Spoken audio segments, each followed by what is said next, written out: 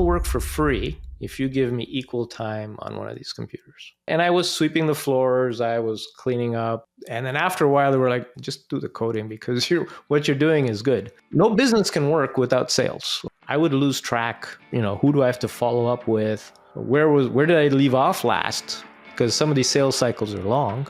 And so this tool, Daylight, was born that way. It's born out of our own need, basically help us run our business better. Welcome to the Thought Leader Revolution with Nikki Ballou. Join the revolution. There's never been a better time in history to speak your truth, find your freedom, and make your fortune. Each week, we interview the world's top thought leaders and learn the secrets of how they built a 6 to 7 figure practice. This episode has been brought to you by eCircleacademy.com, the proven system to add 6 to 7 figures a year to your thought leader practice. Welcome to another exciting episode of the podcast, The Thought Leader Revolution. I'm your host, Nikki Ballou, and boy, do we have an exciting guest lined up for you today. Today's guest is a software guru, an impresario who has built a multi-million-dollar subscription-based SaaS software company. I am speaking, of course, of none other than the one, the only, the legendary Alykhan Jetha, also known as AJ. Welcome, AJ. Thank you for having me on. What an intro. Thank you. God bless you, brother. So I'm really excited that you're here. I know we're going to dive into some really good stuff here. I know you've got an incredible personal story to tell. And let's start with that, man. How'd you get to be the great AJ? What's your backstory? My backstory. Where do I start? At my childhood? Yeah, let's start there. All right. So I was born in the Congo, in the heart of darkness. And we were expelled as a family from the Congo when I was 5 years old. Wow. So we were expelled because of this color of our skin. And I ended up here in Canada as a refugee. And when we got here, 2 weeks later, my father died from a heart attack. Yeah. So we were in a new country. And basically, we kind of had to sort it out between myself, my mother, and my two sisters, which really was my mother and my eldest sister. My middle sister was 11 or 12 at the time. Wow. So that's the environment we came into Canada. And we kind of clawed our way out of that situation. There are a number of people that kind of helped us out a little bit. We had, nowhere to stay. We stayed with some people. Eventually, we got our own place. My eldest sister quit school so she could work full time. My mother was working at Laura Secord packing boxes. And eventually, we did end up, myself and my mother ended up going back to the Congo once they realized the silly mistake they made by expelling us. So she could start a business there and help with raising us as children. And so that was a whole entire story in itself, like how she started her own business back home in a different city in Kinshasa, which is the capital city. And I grew up there for a number of years, and I came back when I was 12 and then stayed in Canada. There's a whole lot to unpack from your story. You were 5 years old and you were forced to flee your country because of ethnic and sectarian strife. Basically, they didn't like the fact that you were brown in Africa. Right. And so much for the myth that only white people can be racist, because that's definitely not true. It goes on. Definitely not true. Anybody has the capacity to be a saint and a sinner. That's for darn sure. And your father died within 2 weeks of you coming here. Yes. And, I lost my father as a grown man, and it was devastating to me. I cannot even begin to imagine what it must have been like for you and your sisters and your mother to lose your father, to lose her husband. Right. Must have been awful. Yeah, it was definitely difficult. For me, I had no male example. right? That was one of the challenges. I grew up with these strong women, like my mother, my two sisters. They had to be like tough Tough. to go through the various things that they had to go through to raise us, right? To survive. And Yes. so tough as nails, these ladies. Let Yep. me tell you. But that's you kind of have to do what you have to do, and when you're put in a corner, you either you slug it out. You're gonna you're gonna punch your way through, or you're gonna whimper in a corner. And we're not whimpering in a corner. Yeah. It's interesting you said that you were raised with no strong male examples, and that's important for a young boy to have that. So Absolutely. what did you do in order to get some of that male influence into your life? Because as much as your mother and your sisters loved you, they don't know anything about how to be a man. They can love you all they want. You still need to learn that somewhere. So how did you tackle that problem for yourself? So that's a good question. I think it's a combination of observation, of reading biographies, and by observation, not just in person, like looking at people, but also in movies. In some cases, I would watch certain movies. So there's even a book, actually, leadership lessons from movies or something like that. Really? Like, for example, one of them is General Patton, right? Like that. This I've read a lot of books about him myself. I love that guy. Yeah. So there's in this book, there's a chapter on Patton, and there's a movie that they tell you to watch.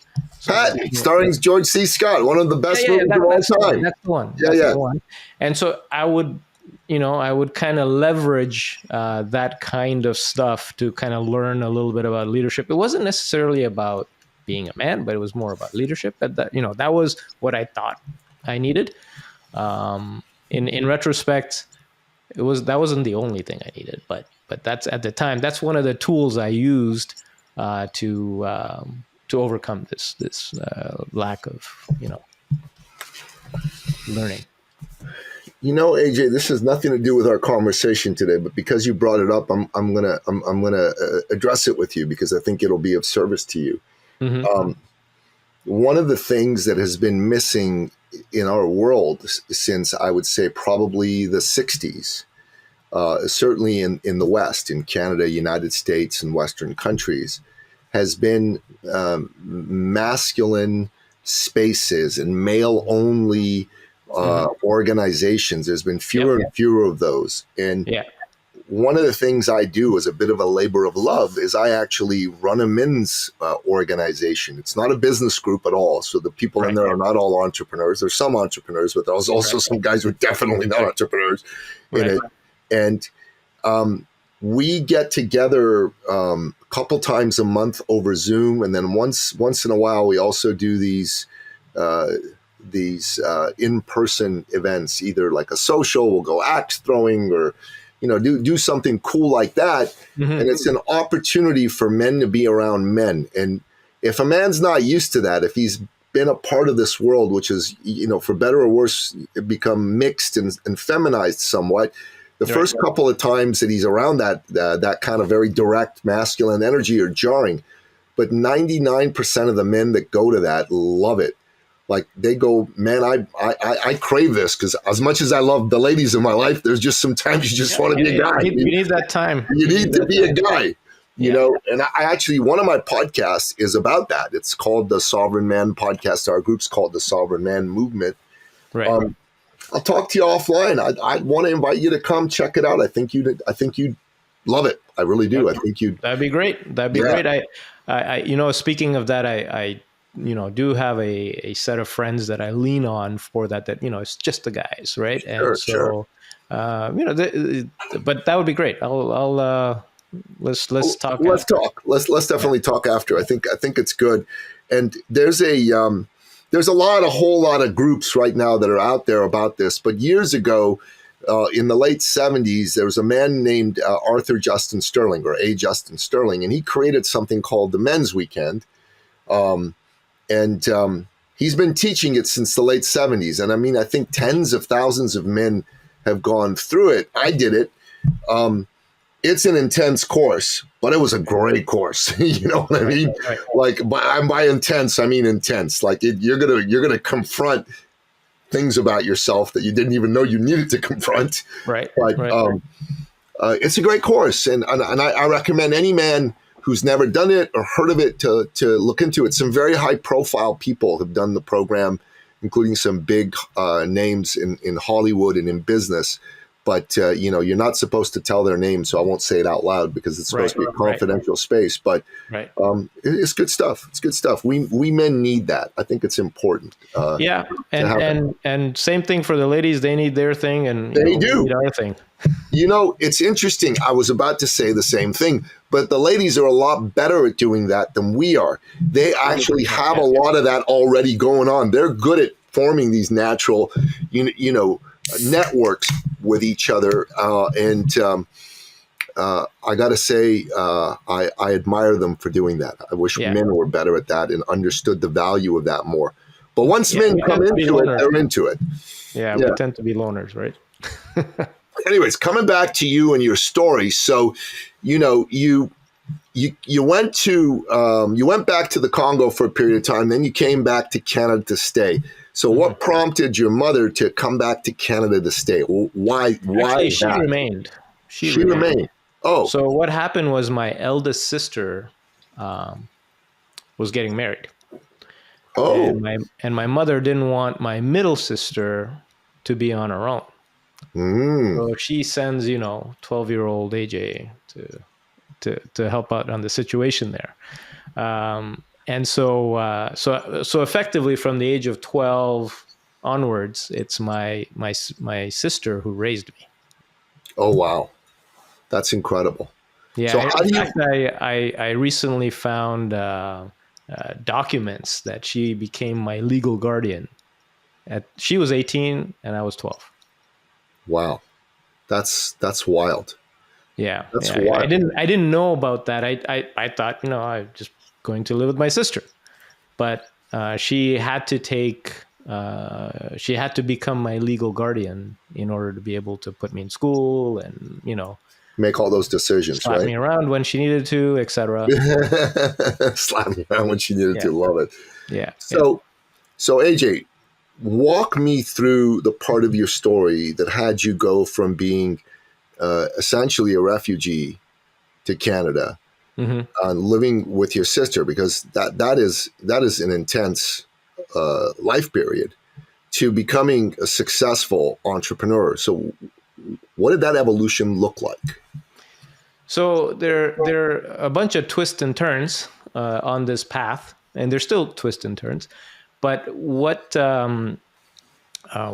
So I'll kind of so let's talk about the end of high school. So I was in high school.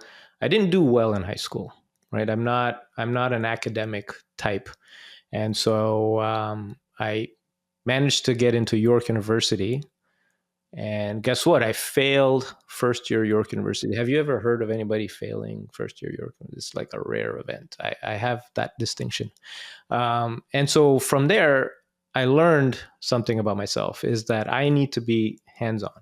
Right? I need to do things. I can't be just like looking at lectures and so forth. So I got into at Seneca College, and it was a co-op program and with hardware electronics kind of stuff, right? So I was getting my hands dirty, and that was great because I came out of there with honors. Out of that, I earned some money because it was also co-op. I also learned what I did not like, because in my co-op terms, I would go, I worked at IBM and so forth. And I learned, big company and AJ, that's not working. Right. So, that's a little bit important, because I learned what's not great for me. Right. I didn't learn what was great for me, but I learned what's not great for me. So, I took some jobs, some work. Actually, the first job that I took or I got after graduating was a CAD CAM firm, and I was like a techie, one of those people that put stuff together. And they went bankrupt, and so now all of a sudden I was out of a job, right? And so I was like, okay, what am I going to do about this? So in the interim, I was trying to do was I was trying to get a job as a software developer. But everywhere I would go, they were like, you don't have a degree in software engineering or in computer engineering or in mechanical or something like that, so I got rejected, I don't know, 30, 40 times. One company rejected me 10 times. This one company. So I was interested in a specific set of technologies, right? And I wanted to be in that space. So there's a handful of companies that worked with those technologies. I don't know if anybody knows, but it was Next Computers, which was Steve Jobs' middle kind of. He was at Apple, got booted out, started Next, and then went back to Apple. And so during that period, I was, that was the thing that interested me. And there was a handful of companies that did this stuff, and I would, apply, they would reject me, apply, they would reject me. The salespeople felt sorry for me because they were like, this guy is like, persistent as hell, and they won't give him a job. So they were always rooting for me. In any case, what happened was when I got laid off, one of those companies, I said, look, I'll work for free if you give me equal time on one of these computers. And they were like, they took me up on the offer. So when I say I'll work for free, I'll do anything that you need me to do for X number of hours. And then, you give me the same number of hours on one of these computers, which I couldn't afford to buy. It was like $10,000 at the time. So they took me up on it, and I was sweeping the floors. I was cleaning up. I was doing all kinds of stuff that they needed me to do because they were running their business. I did them. And then, 4 hours of the day, I would code. I would learn how to code. And then after a while, they were like, forget the cleaning, man. Just do the coding because what you're doing is good. And so that company then went bankrupt. Wow. So this was in the early, like in the late 80s, right? Early 90s, that kind of time frame. There was some economic difficulties there. Yeah, I remember it well. So here's the persistence that comes in. So now I have some experience working on these computers. And one of the companies I wanted to work for, which made police software, actually, I went back to the same sales guy. They would be doing presentations at various places. I would go there and I'd be like talking up the sales guys, and so now I have some experience, right? So the sales guy is really rooting for me. He talks to the boss. He says, you got to give this kid a chance. They give me a chance. I go in there, but I'm the guy that helps the salespeople put the systems together when they're doing demos. Because remember, back then, there was no Zoom. There was none of that. There's no laptops, really. Like, these were big computers. And so when you had to do a demo to one of these police forces, it's a setup. So that was my job. And I was working with a sales guy, so that's how I got into being able to actually learn how to code properly. At school, I did electronics. I didn't do software, right? But I wiggled my way zigzag, and got to a place where now I'm like one step away from actually writing software. So one of the challenges that we faced, and this is an important thing here, is that when we would go see customers, myself and the salesperson, who's a senior guy, like knows his stuff, knows how to sell, the customers always had some kind of technical challenge. There was some issue with the software or whatever. And, I would report back to the software engineers, and one thing, they couldn't fix it or whatever. So, to me, it's like, why does this, it's like, how come they can't fix this? So I fixed it. I fixed those problems. And so when I fixed those, I took the initiative, I fixed the problems, customers were happy. The boss is like really irritated at those other guys because those software problems prevented other sales from happening. Sure. Makes Now I sense. fixed those problems. This kid who doesn't have a degree ends up fixing the problems. Meanwhile, these engineers couldn't or didn't, or I don't know if they couldn't. And one thing led to another, and I was running engineering at that point, a little after that, at that one company. So that's how I got to learn how to do my trade. Then I worked at various other companies, and eventually I started doing consulting. And as I was doing consulting, I was learning, how to do a business. And then I started this company. And the way it started, so many people ask me sometimes, what made you decide to start this company or a company? And it's a really silly answer, but it's an important one in the sense that I just decided. Like there was no like it wasn't like, I did some big, business plan or whatever. I was watching TV one day, and it was a TV show on eBay. And I'm like, how hard could this be? I could do something like this. Now remember, I've been writing software for a number of years. So in my mind is like, I can do this, right? So that day I decided I'm going to start a company, right? Had I known how difficult it is, I may have not, but then that naivety is essential. You got to just take the plunge and then you'll figure it out. So that's how I started, owning a business. It's a beautiful thing, man. It truly is. There's a lot to unpack from what you just shared. First off, I'm not surprised when you say that you didn't take to school, because you see, the school system as it's currently constituted was created in the 1800s in Prussia. Prussia was a militaristic Germanic state run by a man named Otto von Bismarck.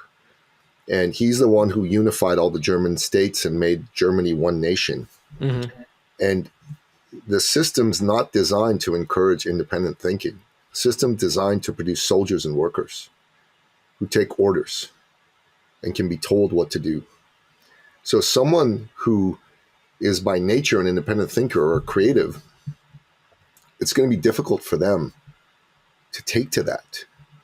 Right. And all of the top entrepreneurs in the world of software seem to have a similar story to you. I mean, I'm not a fan of Bill Gates for a variety of reasons, but he dropped out of Harvard. Mark Zuckerberg dropped out of Harvard. Steve Jobs dropped out of, I forget the college that he was in. Back in the day. Yeah. None of these fellas wanted to be college graduates. They all wanted to be rich entrepreneurs. Right? Or they wanted to change the world. Something meaningful. I don't think, like, for example, Steve Jobs or some of them were thinking like, I'm going to be rich. It's more like, this doesn't make sense, right? Like I'm wasting my time here. I could be doing something way more interesting, which other people will want, and pursued that, right? And 100%. People did want it. 100%. And let's not kid ourselves. All these guys wanted to be successful and build world-beating companies, and they wanted to, I know Steve Jobs wasn't interested necessarily in having palaces made of gold or private jets to take him here and there and everywhere. But he definitely wanted to be a success. He wanted to make his mark on the universe. You want to make a difference. Yeah. Make the difference you were born to make. That's something Steve Jobs used to say. Yeah. And that is not your typical college graduate, right? No, not your typical college. No. You're right. And so when you say, okay, I didn't take to school, I wanted to get my hands dirty, as it were, and get into doing the work, that makes a lot of sense to me. So you started a company. after going through a journey of working with a bunch of people, building your skill set, making yourself more valuable, making yourself more sought after. That's the whole world of thought leadership, is be sought after, right? So you, AJ, started to be sought after by these companies, and then you went out there and became a consultant, and then you started your own company. So what made you start your own software company? What was that genesis all about? So the first, let's talk about when I started consulting, right? So I was working at a company called Visible Genetics, and they made DNA sequencers, and I made some software to help manage those DNA sequencers, or the data that's coming out of those sequencers, and with lab people and so forth. And I left that company. I was, politely walked out. That's a whole different story. Actually, it's an important story in the sense that I told the CEO of that company that the work that I was doing was, in a sense, futile, because I individually was competing against like 50 people and other companies that were competing against, right? Like it was secondary. The work I was doing was secondary to the actual sequencers and the actual analysis of that data. So he was like appreciative of that. But then middle management didn't like the fact that I told the CEO the fact that he's just wasting his energy on me. And they, walked me out. It was the right business thing. So in any case, after that, I started doing consulting, and I consulted with the software stack that I learned, right? With the likes of GE and, some bigger companies, where I came in, I did the work that they needed me to do, various other companies that I did some work for. And then after that, I started the company that is today Market Circle. So the consulting part was kind of a transition into, working for somebody else to this the owning a software company. So you started the software company. What was your vision for Market Circle back in? So it was really simple. Remember, I was telling you about, I was watching eBay, right? I was watching a documentary on eBay, and in eBay, it was auctions, right? So somebody would put something up, and people could bid on those things, and drive up the price, etc. And I was like, man, who in the real business does auctions? You negotiate, right? Like you have a service or you have something to sell. I'd be like, hey, Nikki, I'll give you X for this. And you'll be like, no, that's, like you negotiate, you go back and forth a little bit. And so I was like, okay, well, maybe, why can't we do that? Why can't we make a website where you could put something up for sale, and you can ask a price and people can negotiate with you, right? And we built that site. That was the idea. That was the genesis. That was like to me, it was like, man, auctions are dumb. Negotiation is actually where it's at. And I'm thinking, business owners talking to business owners kind of thing. And so and I just said, how hard can that be? I was naive and stupid. And so that was the genesis. That literally was the genesis. I'm sitting, watching this eBay thing, and I'm like thinking, damn it, like, negotiations is where it's at. I haven't seen business people talking to each other, auctioning. They negotiate. Yeah. And so that was the genesis of Market Circle. I wanted Market Square, but that domain was gone, obviously, right? But so Market Circle comes from that idea of a market where you can negotiate. I like it. That was the genesis of the, going on my own kind of thing. And there's a whole story now. We are where we are today. I pivoted many times to get to where we are today. It's not the same company that I started with.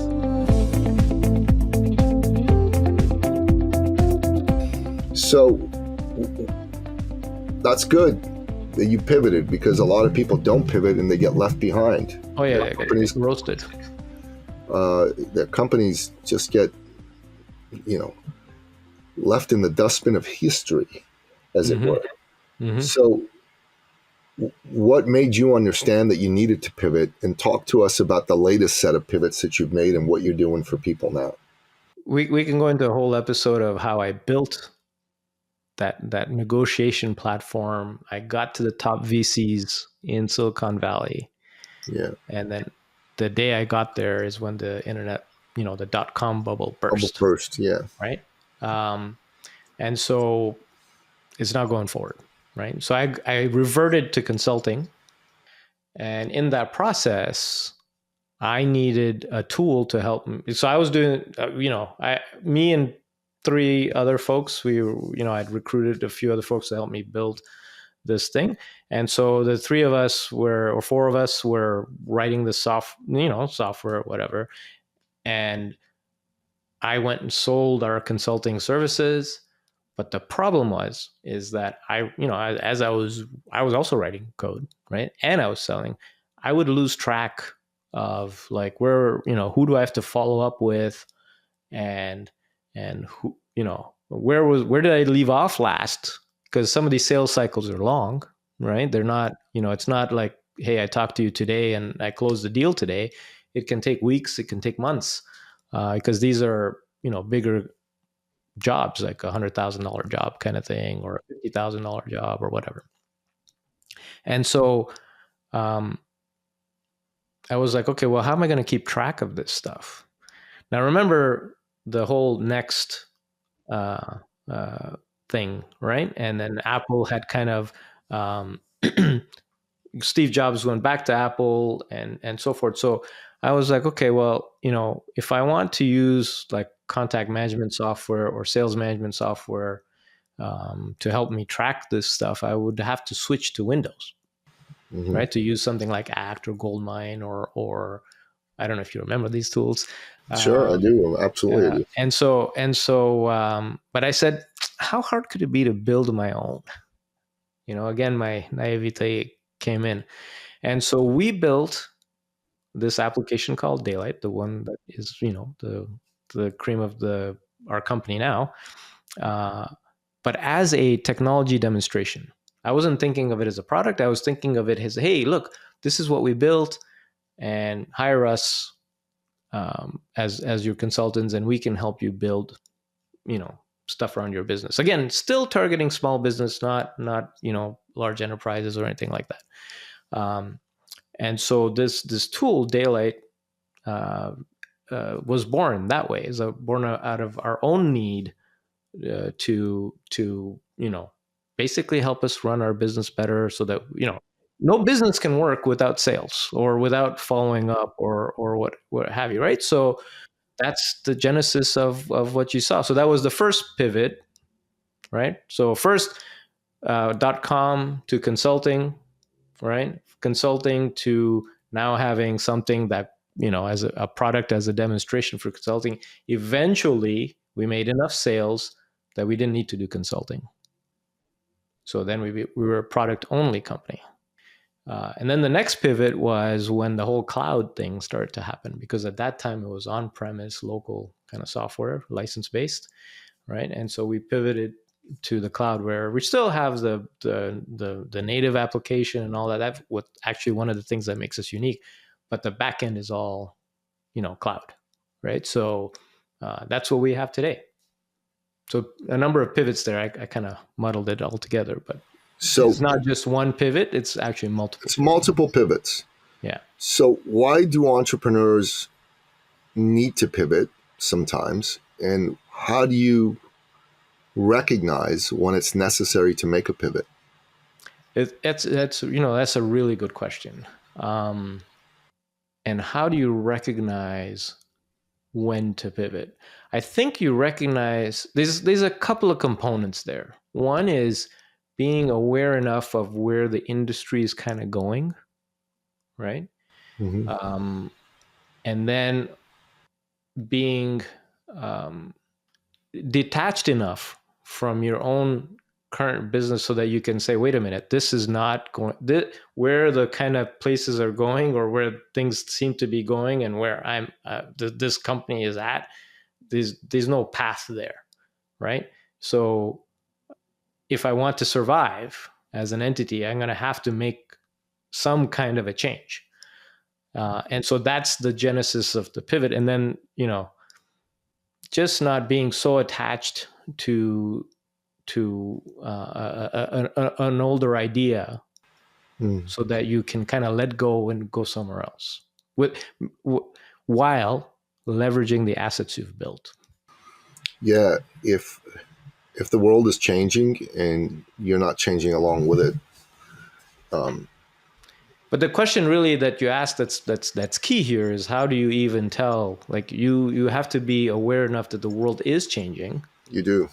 Right? Or see a little bit that, it looks like it's changing, so you can keep an eye on it. And then realize, okay, it's changing, I got to change. This is where I think having good advisors and peers and mentors is important. Yeah, I agree. I know. 100%. Steve Jobs is one of my favorite historical figures and entrepreneurs of all time. I've read a lot about him, studied his life, his work. I read the biography written about him by Walter Isaacson, which is really good. And Steve had some informal peer groups. Like he was buddies with David Packard of Hewlett Packard back in the day. Right. Even though him and Bill Gates were mortal enemies at one point, business-wise, he still would talk to Bill Gates and learn from him.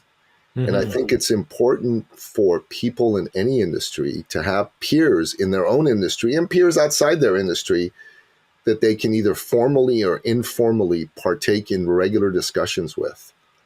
Yeah, 100% agreed. Important. Yeah, 100% agreed. You can't live in a bubble. You can't, just learn off of books. You do have to have interactions with people, and that's where these ideas germinate and exchange, and you kind of become aware of certain things. It opens your eyes a little bit, like a little red flag or yellow flag comes up, right? That's when it happens, is when you're having these discussions with people that are, good in their field. I don't know if good in their field, but that want to make a difference in their field. So, and if it happens to be the same field as you can kind of pick up some of those vibes and go from there. So I 100% agree with you. I actually met Steve Jobs 3 times. Oh, that's amazing. Yeah. I wish I'd met him before he passed away. Yeah. I'd like to meet Elon Musk right now, and I'd like to interview him, and I'd like to do some work with him as one of my clients, because I think that he's got a huge opportunity with X that he's not taking advantage of. So he's got a massive platform in X. Right. And he's the world's richest man and probably the most successful entrepreneur of our day, maybe of all time. And I think he can use X to create the world's largest entrepreneur mentoring program in history. And the way that he would do it is he would have a special bi-weekly session, hour and a half, 2 hours on X Spaces, where he'd answer questions from regular entrepreneurs, and they pay extra to be a part of that. And then he has someone like me, and this is why I'd like to partner with him, to help to interview him and get all the genius out of his mind in the form of like video modules and then lesson plans for, how to start your first business, how to take your idea and test it, how to take your idea and turn it into something big, how to sell, how to market, how to create brand awareness, like all these things that I got to tell you, as an entrepreneur, the chance to learn from the greatest entrepreneur of our day is a lot more exciting than learning from just anybody. You know what I mean? Right. And if you did this with X, let's say it was a $50 or $100 a month subscription for him, on how to grow your business, I got a feeling there'll be 10, 20, 50 million people will sign up for that. You think about that. That's a lot of money. And for X, a big part of their issue was a lot of their advertisers walked away in the past. Yeah. This means you never have to worry about your advertisers again, ever. Yeah. So I mean, he now has another task of cleaning up the government, but he's a guy who has 1,000 tasks on his hand at any given time, and he manages half a dozen companies. This isn't your average regular guy. Yeah. No. It's an interesting idea, because I think many people need to learn how to grow. How to build a business. And everybody does, brother, when they're starting out. Nobody knows what the hell they're doing. You and I didn't know what we were doing. No, you're right. I'm just saying that the audience is large for that. And he's got the brand. He's the richest man in the world and the greatest entrepreneur of our day. All he needs, because this isn't his business. He doesn't know how to create these modules or whatnot, but it is mine. I know what to ask him. I'll come up with the topics. I'll go, okay, Elon, we're going to do 20 interviews over the next year. They're going to be an hour long each. I'll do the interviewing, and we're going to record them. And then I'll take the recordings. We'll put the recordings up. We'll have like a team, put the nice little screen graphics. And then we're going to take what you wrote. We're going to transcribe it and turn it into a workbook and a lesson plan. And that'll be available for everybody. So whoever signs up, as long as you're subscribed, you get access to this stuff, right? And boom. I think you'll need $50, $100 a month. We're not talking thousands of dollars, right? Like, come on, for any entrepreneur who's under $100 million, the chance to learn from Elon Musk for $50 to $100 a month, I think it's a no-brainer. I think you're just going to go, yeah, I'll sign up for a year. No problem. You know what I mean? So how would you go about just, getting that idea into his brain? Well, I'm talking about it on podcasts. Okay. And I'm starting to get some contacts that know him. So I'm going to, or even if they don't know him, they know someone who knows him. Right. And I'm going to say to them, I'm going to go build relationships with those people. And I'm going to say, look, I've got this idea. I'd like to get in front of Elon Musk.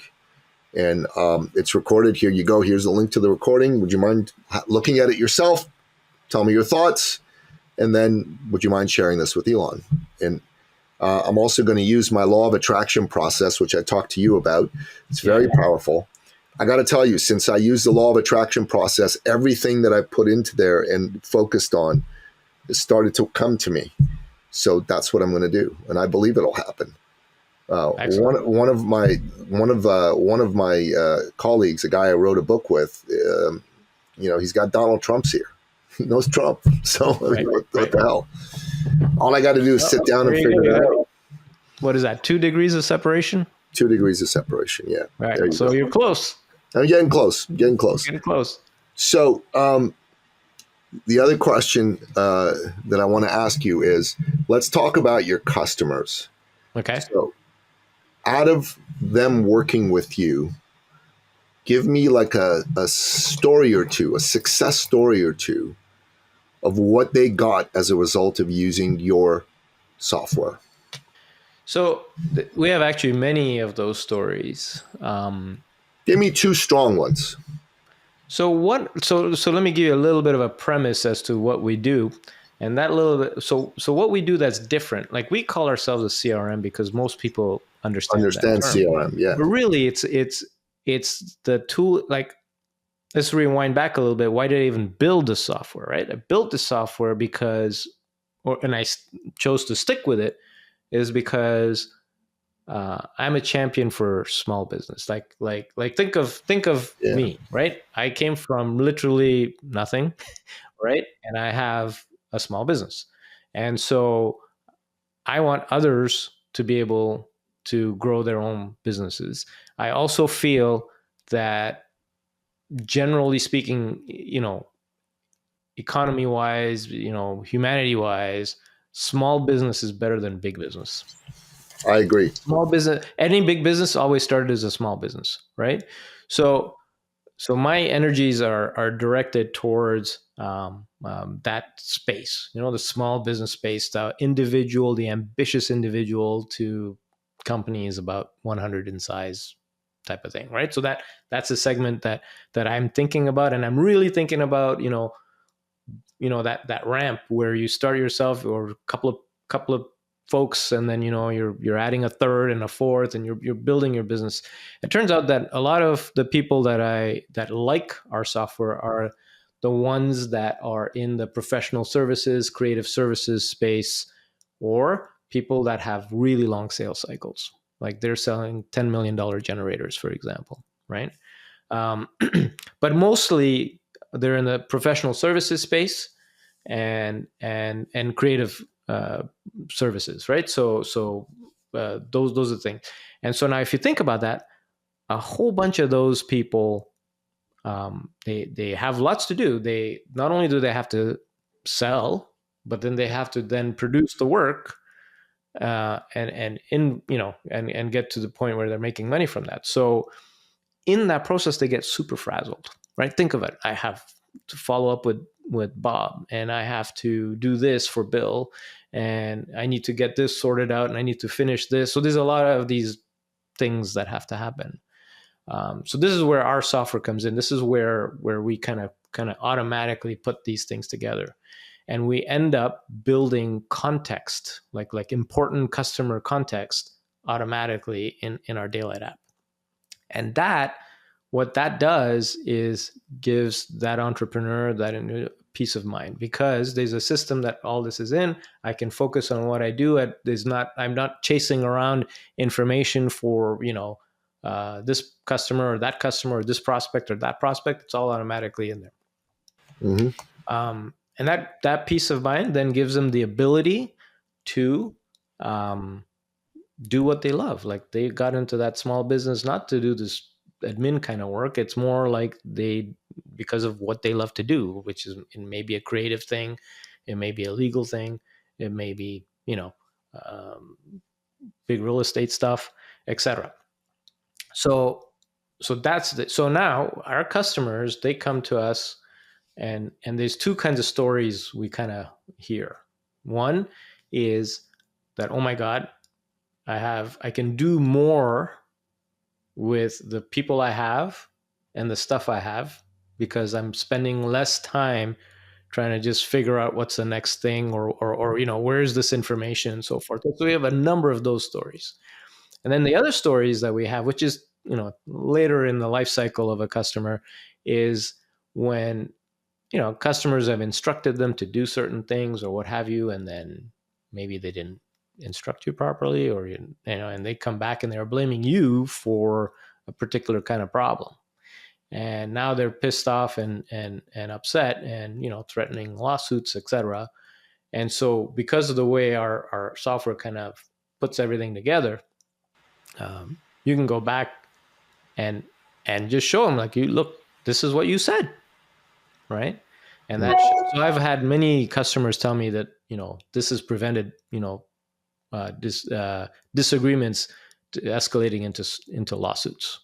Like within a day, they're like, the customer complains, all furious, and then not even a day, like whenever they have time to respond, like, look, you sent me this 2 years ago. These were your instructions. I followed those instructions. Shut the hell up. Right. And so that's the kinds of stories we hear. And this makes me, this is what wakes me up in the morning, is that I'm able to help those entrepreneurs, those new entrepreneurs, kind of grow their business. And then I'm able to help existing ones, that have been using our software for a while, retain their sanity, right? Because there's a lot of little things that you always have to keep track of. And we've had many customers that have started with us, like they're 2, 3, 4 person company, and now they're like 100. So that's amazing. Yeah. AJ, you have a profoundly unique and interesting story to tell. I think you're amazing. Thank you. I And so love are you. you. Thank you. I love you, and I love what you're all about.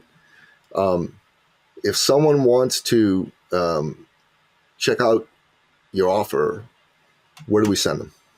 So you can send them to daylight.app. So DAYLITE, not LIGHT, LITE dot app, daylight.app. Daylight.app. All right.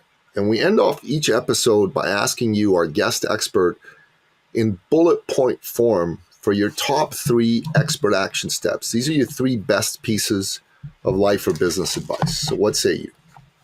So number 1, believe in yourself. And if you have doubts there, find ways to believe in yourself, or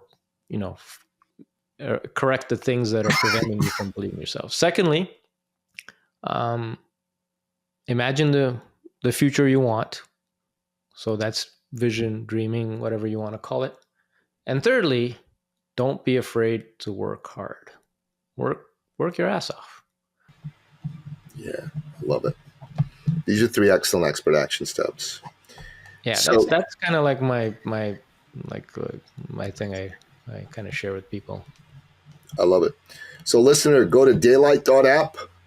Check out what AJ has. You'll end up on our Market Circle website or the app website, and then you can see what we have to offer. And if it's something you like, then we have a team of people that can help you get implemented quicker, or you can do it yourself. But the team of people is typically we have better success with that, because there are things you have to kind of think about and learn about. 100%. So go to daylight.app, and if you got value from this, do me a favor and give us a like, a rating, and a review, because that helps us. And AJ, please give us a like, rating, and review on the Thought Leader Revolution website yourself as well. Every single one helps. And if there's someone in your life that you believe would benefit from this message, just share the episode. And we're going to have reels up for it as well, but share the episode, share the reels, and make sure that people that maybe their belief in themselves is wobbly right now get to hear from AJ, because AJ is going to help restore that belief. And it just takes one little spark to turn into a roaring fire of belief. Absolutely. And then you're off into the races. Yep. AJ, thanks for coming on the show, brother. God bless you. Thank you for having me on. It was an honor. It was a lot of fun. It was a lot of fun. And that wraps up another exciting episode of the podcast, The Thought Leader Revolution. To find out more about today's amazing guest, the one and only Alykhan Jetha, also known as AJ, go to the show notes at thethoughtleaderrevolution.com, or wherever you happen to listen to the episode, be it iTunes, Spotify, Google Play, Audible, YouTube, Rumble, or what have you. Until next time, goodbye. This episode has been brought to you by eCircleAcademy.com, the proven system to add 6 to 7 figures a year to your thought leader practice.